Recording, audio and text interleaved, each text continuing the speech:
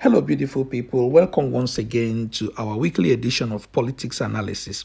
But as usual, before I proceed, this is the best time for you to pause the video, go subscribe to the channel if you haven't done so, give the video a thumbs up, which helps to show the video to more people, activate your notification bell to get notified of any of our new videos. Thank you. Now, let's get into it.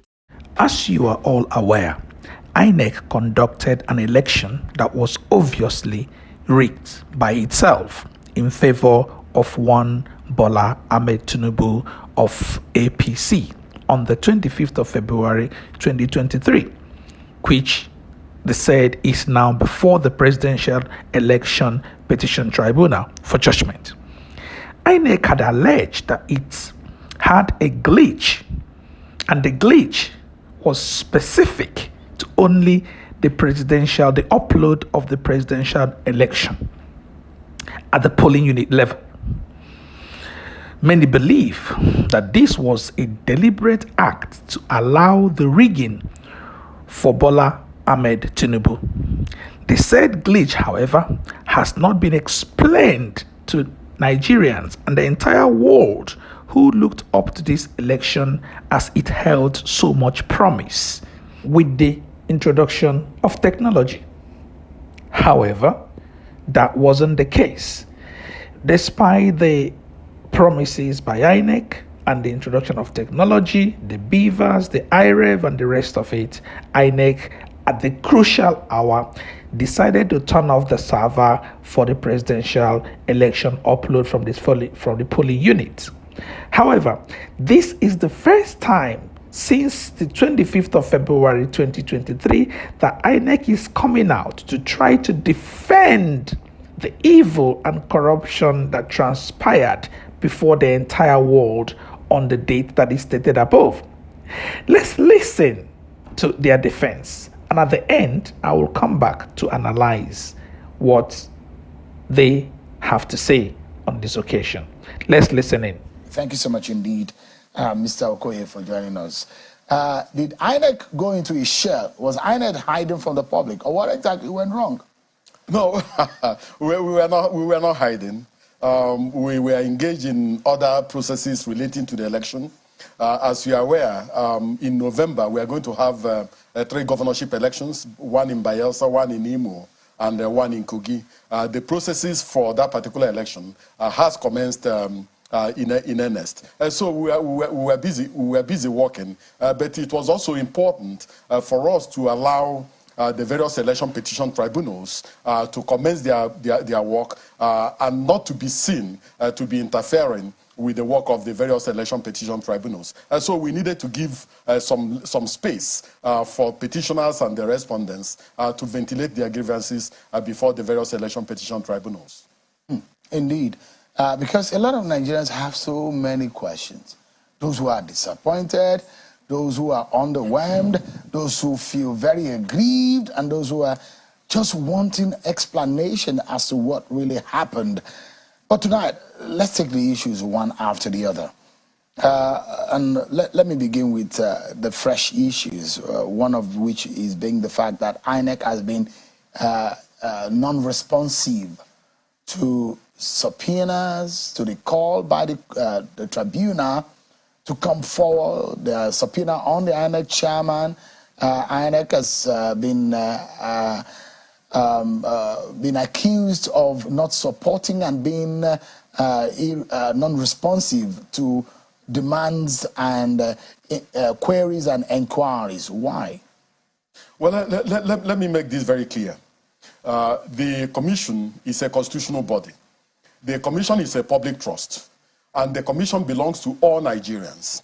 The commission has no personal or personalized interest in what is going on before the various election petition tribunals, because the courts and the tribunals are part of the electoral process, and the law has allowed every aggrieved individual the opportunity to approach any of the election petition tribunals and file a petition. And what the law also envisages the commission to do is to present the facts and figures relating to the election it has conducted before the various election petition tribunals. So it is not true that the commission was not being responsive. Now, As a lawyer, I know that the election petitions procedure is regulated by the Constitution, regulated by the Electoral Act, regulated by the various procedures and processes put in place by the election petitions tribunals and by the President of the Court of Appeal. Now, if you want to issue a subpoena, there are processes and procedures to follow. If you want a document to be produced, there are processes and procedures to be followed. But you do not follow a process that is not recognized by the law, and then the document is not produced, and you turn around and go and address a press conference and claim that a document has not been produced. Every political party that followed the right procedure, they followed the right process, and that followed the constitutional and legal procedures for applications made to the commission, we provided all the documents they need to prosecute their petitions. But some of the lawyers will do things that are outside the constitutional and legal framework and then turn around and go and address the press claiming that INEC did not provide documents. We provided all the documents that petitioners required to prosecute their petitions. And in terms of subpoena, all the subpoena that we are directed to the chairman of the commission, that we are directed to resident electoral commissioners, and that we are appropriately channeled in accordance with the rules and procedures, we are answered. So we didn't disobey any subpoena, and we produced all the documents required by the various election petition tribunals. Did INEC chairman answer to the subpoena? Did he appear before the tribunal? Well, for instance, if a subpoena is directed to the chairman to produce a particular document, and a deputy director, an assistant director, or even a director in the commission can produce that particular document, the chairman doesn't necessarily need to appear in person to just produce a press statement issued by a national commissioner. But the INEC chairman was subpoenaed in person to appear before the tribunal in person. No, you know, there are different classes of subpoena. There is the subpoena that, and I want to explain in a layperson's language, there is the subpoena that is issued for you to just come and produce a document and go away. There's also a subpoena that is issued for you to come and testify on behalf of a petitioner or on behalf of a respondent. So it depends on the type of subpoena that is issued. If a subpoena is issued directed to the chairman of the commission, asking him to appear and testify, the chairman will definitely appear. But you know, the election petitions procedure is completely different. If you want to do that type of thing, there's a possibility that, one, you have to upload the witness statement of the person you want to even subpoena. Or you give the person notice of what you want the person to come and say. You don't just issue a subpoena and say, come and testify. The person must know what he or she is coming to do. So it depends on the type of... So they didn't give you all of this information? All of these were not provided? What I'm saying is that the ones I saw directed to the chairman of the commission required and requested him to produce certain documents. And all those documents that were requested from the chairman were produced by different directors and different staff of the commission. So we produced all the documents that were required of us to produce. Now, the flip side of it was that there were also some documents that were cloned, that were circulating in the social media, that did not emanate from the commission, which the commission had already disowned. And then they issued a subpoena and asked us to produce documents that did not emanate from us. And we said we don't have such documents, and that in fact we had even issued a press statement before, during that particular period, saying that such a document does not exist, and we don't have such a document. So the chairman of the commission answered all the subpoena that were issued and directed at him. Except for that he didn't appear in person like they wanted him to appear. He doesn't necessarily need to appear in person. What the tribunal requires is that a particular document required by the petitioners or by the respondents should be produced, and that particular document was produced. It does not matter which officer of the commission produced that particular document. Because the allegations are also that there were delay tactics within the commission, and you heard the lawyers, especially of the Labour Party, who said that there were delay tactics, there were technical ways that INEC was frustrating their effort, and that they were answering other parties in the matter but particularly they were being frustrated by the way and manner INEC, and they have paid for it, but INEC is not responding. And it made it look so much that INEC was biased in the process. No, INEC was not biased. Look, the election petition proceedings are conducted before the election petitions court and before the election petitions tribunals. The election petitions court is not about drama. If you want to prosecute your election petition and a subpoena has been directed at the chairman and the chairman does not answer the subpoena, you go before the court and complain. And the court definitely will use its powers to compel the chairman to appear. But you do not do the right thing, and then the moment you step out from the courtroom, you turn to the television cameras and complain about the chairman not appearing, knowing well that you have not done the right thing, knowing that you have not complied with the right procedure. The commission is a constitutional body. The commission believes in the rule of law and believes in due process. And so we complied with what the court demands. But the drama that happens outside the courtroom, the Nollywood dramatization of issues, the commission is not interested in that. What the commission is interested in is what goes on within and inside the courtroom. If we have done anything wrong, definitely the justices of the Court of Appeal who sit as the election petitions court will definitely sanction the commission. But in this particular instance, you have to separate and make a distinction between what happens in the courtroom and the drama that takes place immediately after the court proceedings. So they were sensationalizing it. That's from your point of view. Definitely, and we realize that. You can see that the lawyers representing the commission were seasoned lawyers.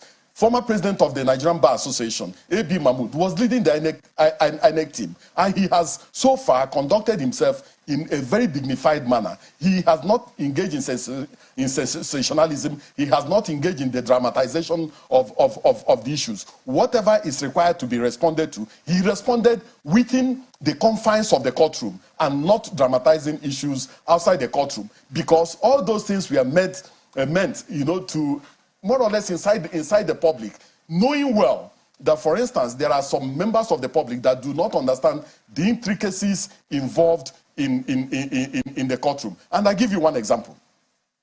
For instance, I was watching the television one day. They stepped out from the courtroom and said, can you imagine, INEC is even objecting to certified documents issued by it. Why are they objecting? They know that within the confines of the law, within the procedures adopted by the courts, whatever objection you have, the reasons for those objections will be reserved until you file a final address. So if you object, you just say, I object to a document. For instance, if, for instance, you are contesting the validity of results issued by the commission in 4 states, and then you apply to the commission for the results in 10 states, and then you want to tender the 10, when in actual fact your grievance is in relation to results in 4 states, the commission is constitutionally, legally, and procedurally permitted to object to the tendering of the results from the other states that you did not plead. And that's exactly what is going on in the courtroom. But they dramatize and sensationalize some of these issues for people who are not versed with the procedures and processes of the courts. Mm. Have you been able to fully upload all the results from the presidential election on the IREV portal? You cannot fully upload all the results because there were places where elections did not take place. And I'll give you an example. Before the election, we told Nigerians that elections will take place only in 176,606 polling units, as against the number of polling units we have in the country, because in some of those polling units, we do not have registered voters. So you don't expect results from the IREV for all these other polling units where we did not deploy. That is one.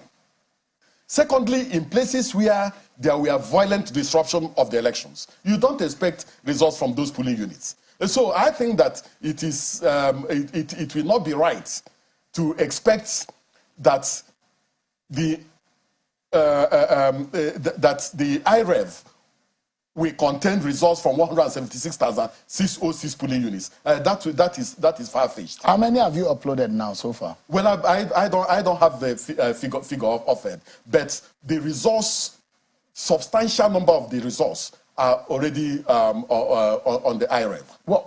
I mean, why did it take INEC that long to upload the result? Well, as a lawyer, I'm going to be slightly circumspect and slightly careful in answering some of your questions because some of the issues relating to the issue of result upload, especially for the presidential election, is pending before the election petitions court, and the commission. I think on the 3rd of July, we opened this defense around the issue of result upload and the issues surrounding it. So if you permit me, I will just try as much as possible to avoid answering that question because it's one of the major issues before the election petitions court. And I'm careful about answering. So people are worried that there were two different kinds of elections that happened on one day. One part of it, there are those who are worried that results were there. The other part, results were not there. Why the discrepancy? It's not a discrepancy. We explained to Nigerians that there were challenges with uploading the presidential election results. And I'm using the word challenges as a layman's way of trying to explain what happened. The commission said that there was a glitch in terms of uploading the presidential election results. But and I've said it times without number. The uploading of the results of the election into the INEC result viewing portal was to build public trust and also for the public to follow what goes on within and around the election process. But as you know, and as I know, the law, the Electoral Act 2022, gives every registered political party the opportunity to nominate polling agents, or what in popular parlance we call party agents, to be his eyes within the various polling units. And most of the political parties did nominate their polling agents. In fact, 3 of the political parties nominated over 176,000 polling agents. One of them nominated around 134,000 polling agents. So what that means is that each political party had the primary evidence at the level of the polling unit of those results. So I find it slightly difficult to understand why almost all the political parties are relying only on results uploaded to the various polling units when they apply to the commission and the commission accredited over 176,000 polling agents for each political party. But you made the promise that you are going to put it there. Yes. You were the one who said IREV is going to work. Yes. It's worked in Osun, it worked in Ondo, and you said, Ekiti rather, and you said it's going to work. But you reneged on your promise. No. You failed on your promise. No, nobody has said that it did not work. The result, you said it yourself, the results for the senatorial election was uploaded. That of the House of Representatives election was uploaded. Governorship election was uploaded. State Assembly elections were uploaded. And it is only in the uploading of the presidential election results that we had a glitch. And we explained to Nigerians that this was exactly what happened. So it is not... No, you have not explained to Nigerians what happened. We did. No, what did you say happened? We said there was a glitch in terms of uploading of the presidential election results. What's the nature of the glitch? Was it an issue of network or hosts issues, or what exactly is it? Is it a hardware problem, or the domain where you had your server or your porter domicile that was the problem? You see, if you drag me into a digital and technological issue, I will get lost because I am basically and fundamentally a lawyer. So as far as I'm concerned, there were challenges with uploading of the presidential election results. That issue of uploading, whether it was a hardware issue, whether it was a software matter, is already before the presidential election petition court, and I will not go into that. Moreover, my knowledge of technology is very, very limited. So if you drag me into technological related issues, I will just get lost in the process. So this is it. Your mind, it might not be your expertise. Yes. But because this is an engagement that you had with Nigeria, a promise you made to Nigerians, this is INEC, the destiny of Nigerians and the Nigerian people's hopes and aspirations about a process which they believe INEC was going to be transparent and come straight to them. So if there was somebody who was responsible, who failed in his duties, or if an error, what failed? Is he human or machine? Well, as an individual, I will have an opportunity of understanding the intricacies of what happened the moment we begin our own internal review process. And also the moment we also begin the external review process. So INEC does not know now what really happened? I've told you what I know. No, the point is, sir, yes. And I know, yes. If they take light in this building right now, it could be a generator or from the source, or solar. There are possible 3 ways by which we can generate power in this room right now. If they take light from the source, which is NEPA or PHCN, we put on our generator. If our solar fails, these are possible 3 ways. I'm not in that area, but I could tell you that power will be restored because our engineers are putting on the generator. So it could be that our engineer had gone to have dinner somewhere else, and that was why the gap of the minute in which they took light and we couldn't restore it. So that's what I'm asking. In layman terms, was it a human error or a machine error? Well, all I know is that there was a glitch. There were challenges with uploading of the presidential election result. That is all from a layman's point of view that I can explain. So nobody has been held accountable within INEC? It's not issue of holding anybody accountable. What failed? There were monies, millions of naira, Nigerian taxpayers' money that have been entrusted in the hands of INEC to prosecute this election. A major part of it failed, and INEC described it as a glitch. So explain to Nigerians if it's human or machine. So that you don't, I know what you're trying to run away from. I'm not running away. You don't want to get into the arena of what the tribunal is prosecuting right now, but just tell Nigerians it was human, it was machine. No. So Nigerians can then hold their breath and wait to when the defense of INEC comes. No. Let me explain something to you. When you are using the word failure, you are using the word failure in a very generic sense, and that is not right. Now, that machine you are talking about has 3 components and 3 elements. When we were doing the voters registration process, we use that particular machine for purposes of voters registration. When we are doing voter accreditation, we use it for voter accreditation. And then after election, we also use the same machine for result upload. So it is only one component of result upload that we are talking about. So the machine has not failed. The machine was used successfully in terms of voters registration. The machine was also used successfully in terms of voter accreditation. And the machine was also used successfully in terms of result upload. We are only talking of result upload for the presidential election only. So it is not true, and it is not right, and it's not correct to insinuate, even remotely, that taxpayers' money was wasted and the machine did not work. No, the machine worked optimally. I look at it in this way, yes. Mr. Okoye. If you are to buy a vehicle, and what you are concerned about is you paid for the vehicle and the vehicle is delivered to you. But when they give you a story that on the way from Mina, in between Mina and Abuja, the vehicle break down and something happened, you don't want to hear the story. What you want is what you paid for to be delivered to you. Nigerians paid for an excellent election. And midway, something happened when you promised them that results are going to be uploaded on IREF as a transparent process to be able to monitor and circumvent any kind of fraudulent activities on the exercise. But then it happened on 2 of the 3 elections. On 1, it did not happen.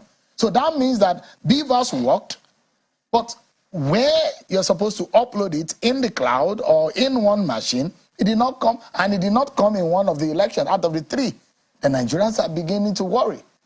If it was a human effort to hold on to that result. Let me give you an example. I boarded a plane coming from Anambra at the Anambra airport. all of us had already boarded the plane. And then suddenly, the pilot said that there was a problem with the computer of the aircraft, and that he had called Lagos, and that Lagos has asked him to shut down the plane and restart it.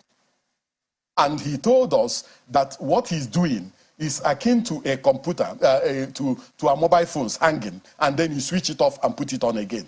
So even in aeroplanes, sometimes you experience that type of challenge. I have seen, you can buy a vehicle today and it will have a problem. No doubt. I've seen vehicles that were recalled to the factory. Mr. because of Okoye, do you factory realize error? that Yes. Nigerians are very reasonable people? Oh, definitely, They can yes. understand with you if you have a problem. Genuinely, they will understand. This is not the first time INEC has had logistics problem. And Nigerians will understand, oh, you are going to postpone the election. We'll wait the next 2 weeks when you want to hold it. But when you have raised their hopes and you say, this is going to work, and did not work, don't you think that they have the right to ask, especially when the only reason why people pay tax is to see the effort of that tax being used? But let's take a break, Mr. Okoye. When we come back, there are a few more. We look at what you are going to be doing in making the elections, 3 of them that you have in the next few months, better, just to make our democracy and electoral process improve on it and make it better. We take a break, and when we come back, Mr. Okoye is still with us. The masquerade is out of... We'll be right back, everyone. Join us again.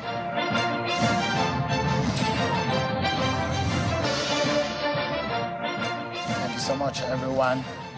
Well, Mr. Festus Okoye is the INEC National Commissioner for Voter Education and Publicity. He's been speaking with us on the outcome of the 2023 elections and some of the issues that have come up.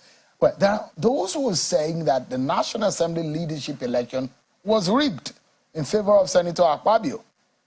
Well, one of those who are on the other side, one of the supporters of Senator Abdulaziz Yari, is Senator Orji Uzor Kalu, who was the chief whip of the 9th National Assembly. He said that election was not rigged. There was this video that they put online, which I'd like you to look at. Take a listen to him. The election in the Senate was transparent. Akpabio won the election.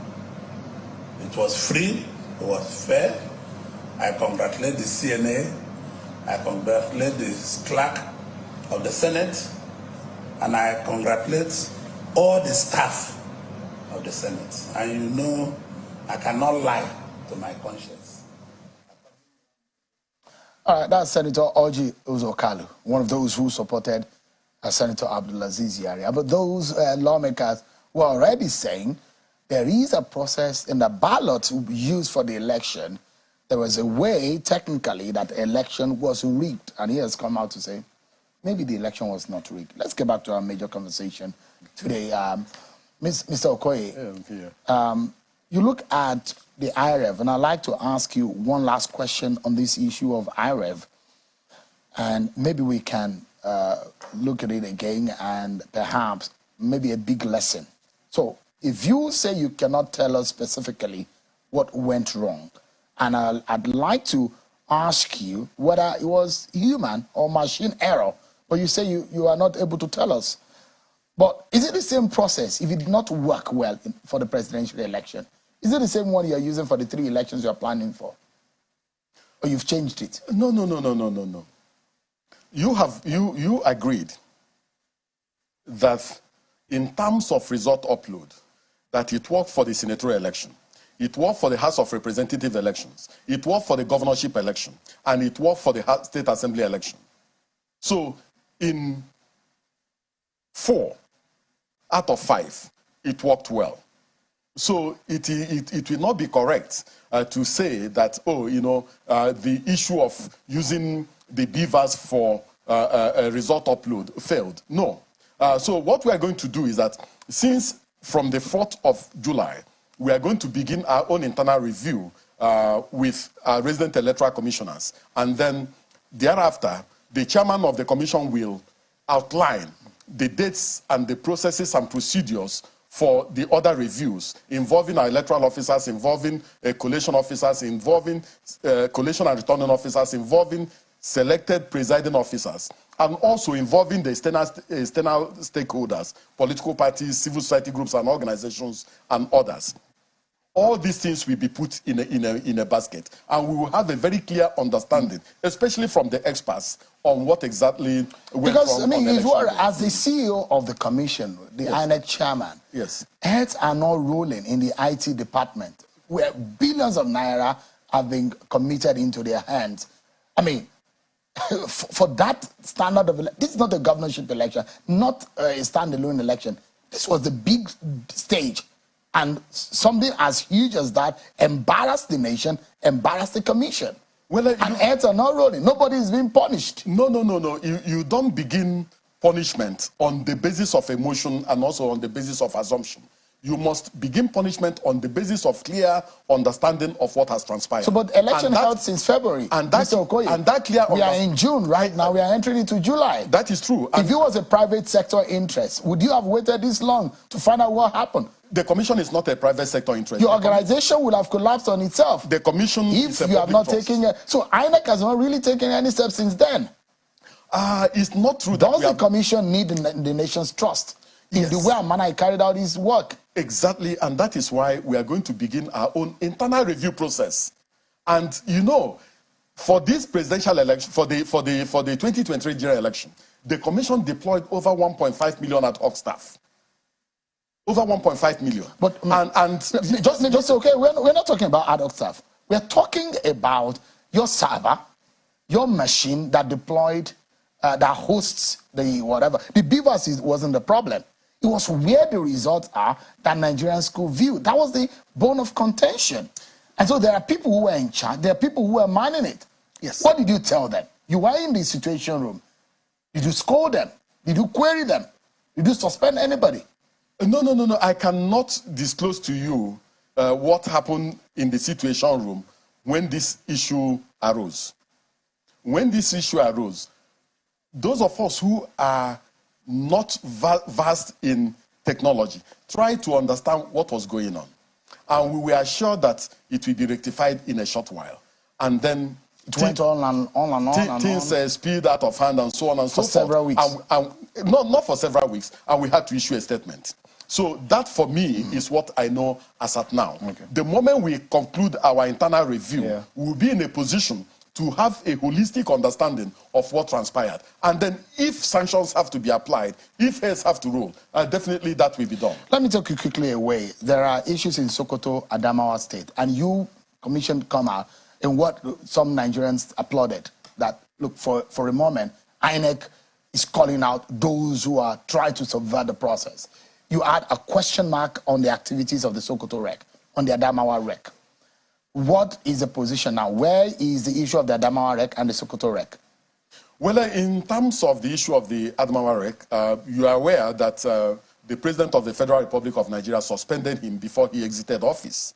And you're also aware that the Nigerian police force invited him to come and offer explanation relating to what has happened. I am aware that the police has concluded its investigation. And I'm aware that in the next few weeks, Nigerians will be informed of what has happened and what will happen. Yes. INEC is one of the complainants, or is it?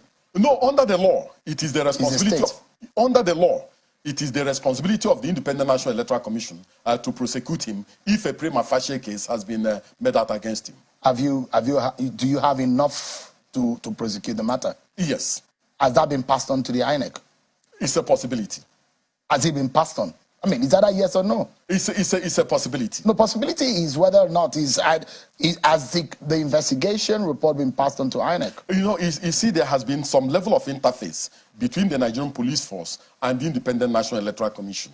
And in some of the processes leading to the investigation, the commission was involved in some of those processes and procedures. And I'm aware that that very soon, the commission will take action relating to the Adamawa. Yes. What about the Sokoto REC and other people? You said some senior staff of INEC are found wanting in their duties. Are we open to hear some disciplinary action on these persons, maybe administrative? It's the resident electoral commissioner for Sokoto State and also the resident electoral commissioner for Abia State are not on their duty posts as at now. Very soon, the commission will take a position relating to what happens to them. And I'm sure that the moment the commission takes a position, it will be communicated to Nigerians. So the issue around the Sokoto REC and the issue around the Abia REC are completely different from issues surrounding the resident electoral commissioner for Adamawa State. So they are completely different. But in terms of these two resident electoral commissioners, very soon the commission will take a position and then Nigerians will be informed of the position of the commission. Let me allow you to respond to what the European Union said. 6 areas they highlighted. One of it was actually very indicting. EU said INEC lacked efficient planning and transparency during critical stages of the electoral process. How do you react to that? Well, that's a very general statement. But in terms of transparency, this particular commission has been very, very transparent. We carried all the critical stakeholders along throughout the planning process for the 2023 general election. The time we released the voters register, and even when we were compiling the voters register, we engaged all the critical stakeholders. When we converted some of our voting points and voting point settlements into full-fledged polling units, we carried almost all the stakeholders along. The moment we were planning for the elections, we carried all the stakeholders along. So we were very, very transparent in terms of our engagement with the critical stakeholders. And we planned, and we also planned well. And let me make this point, that one, the European Union, if you look at their statement, they made it very clear that the election was conducted in an environment that was volatile and challenging. And that environment entailed, one, that there were security challenges in so many parts of the country. Two, that some of our INEC facilities were burned down, and we had to repair those facilities in a very emergency fashion. Three, there were also challenges relating to the freight situation in the country, relating to the Naira redesign, and also relating to some of the transport companies that we engaged, reneging on the contracts they entered into with the commission. So you have to look at this particular contest in analyzing whether the commission performed well or did not perform well during the 2023 general election. I'd like us to anchor on this note. I'm not the one to pass a judgment on an organization that has hundreds of people working in it. But isn't it obvious, Mr. Okoye, that INEC has bad eggs in it? And would you say that your efforts were being messed up or being frustrated by some of these bad eggs? Well, if you are talking about the commission, I need you to make a separation. There are the permanent staff of the commission who work for the commission, and then there are the ad hoc staff that the commission recruits in order to conduct this election. Part of those ad hoc staff we recruit are youth corps members, young men and women. Secondly, we also recruit students of federal tertiary institutions in their penultimate year. We also recruit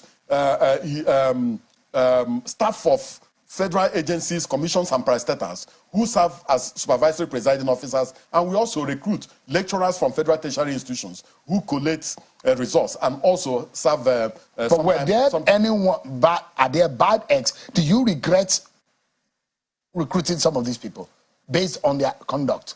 I believe that those who performed well far outweigh the few people that betrayed the trust of the Nigerian people and also betrayed their oaths. We need to go now, Mr. Okoye. If you can look into the camera and promise Nigerians, we have 3 elections coming. There's a trust deficit in your organization. What trust more can Nigerians put in INEC going forward? Can we trust INEC? Can we trust you that you will say something and stand by it? Well, our mandate has been defined by the Constitution and by the law. And we, as an election management body, are going to set in motion the processes and procedures for the conduct of a good election in these 3 states. But you must also understand and realize that the conduct of election is a multi-stakeholder venture. It involves the commission, it involves the security agencies, it involves the political parties, it involves the media, it involves civil society Oh, groups. you at INEC, that's what we are talking Yes. about. Do you promise Nigerians that you will stand by what you promised them, that you will not underperform and underdeliver? No, we are going to perform, and we are going to perform optimally. All right. Yes. But you underdelivered in 2023. No, Do we you agree? No. The positives arising from the 2023 general election far outweighs. You were some of these. overwhelmed by some of the circumstances. No. There were just few challenges with the election. But in terms of performance, the commission performed well, and we are proud of our performance. Mr. Festus Okoye, thank you so much indeed. Nigerians have their eyes on the commission, and we were hoping that you will get your trust back and be able to work again with Nigerians with your shoulder high and your heads up. Thank you so much indeed for your time tonight. Thank you so much. I appreciate it. That's our show for tonight, everyone. Many thanks for watching. I'm Sean Kimari. I'll see you tomorrow again at 7 p.m. Bye-bye. You had Mr. Okoye there. A very high-ranking INEC official said that there was a glitch, but he was unable to explain what the glitch was to the whole world. They do want Nigerians to accept the fact that there was a glitch, as they have alleged, without explaining what constitutes the glitch or what the glitch is. Mr. Okoye, what is the glitch? Oh my goodness. These guys have fooled Nigerians many times, and they are having difficulties in selling such to this generation of obedient and other well-meaning Nigerians. Mr. Okoye, I ask you again, what was the glitch? As a result of human error, technical, or sabotage? Mr. Okoye, I don't know. Since February 2023, it's now June, 4 months down the line, INEC still cannot explain to Nigerians and the entire world who are looking up with keen what happened. Mr. Okoye claims that he doesn't know what the glitch was till date. This is a very high-ranking INEC official who ought to have known, even at the Situation Room. They have to have been briefed about what the issue was once the presidential election was not being uploaded. He ought to have been aware. 4 months down the line, he is still claiming ignorance of what happened on the day. And this is very sad, and this is the reason why it is difficult for these people, for Nigerians to believe them, because it is even obvious to the blind, right, and audible to the deaf that this was complete, manipulated, and intentionally rigged in favor of the incumbent. Anyway, let's take a look at what EU said. The EU report has 6 critical areas that indicted INEC. I'm just going to take one for the purpose of time. INEC, it says, INEC lacked efficient plans and transparency during the critical stages of the election. During the critical stages of the election, and one of them is the transmission or transfer, whichever one they want to use, of the election results from the polling unit to the IREF, which then will safeguard the election from being manipulated between the polling unit and the collation center. And that's the reason why you see all the mutilated result, EC8, that has been mutilated between the polling unit and the collation center, which is the reason why INEC, in my opinion, decided to turn off the server for presidential election into the IREF so that they can commit this crime that they have committed. And that presidential election was the main election in this particular 2023 presidential election. At the main critical stage is that when it was time to upload the presidential election results, INEC turned off the server specifically for the presidential, because the other ones were going, and which is what they want to use to claim that the election worked well, but only for the presidential. And presidential was what was important to other Nigerians.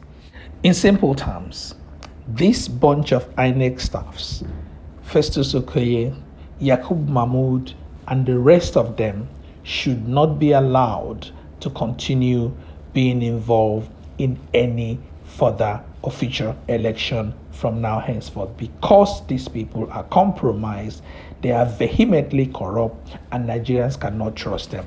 Trying to conduct any election with these individuals would amount to nothing. So basically, these people need to be sacked. INEC need to be overhauled, as we await the outcome of the presidential election petition tribunal. Guys, and with that, we come to the end of this edition of Politics Analysis. Hope you did enjoy the video. Once more, kindly subscribe to the channel, give the video a thumbs up, and also activate your notification bell to get notified of our new videos.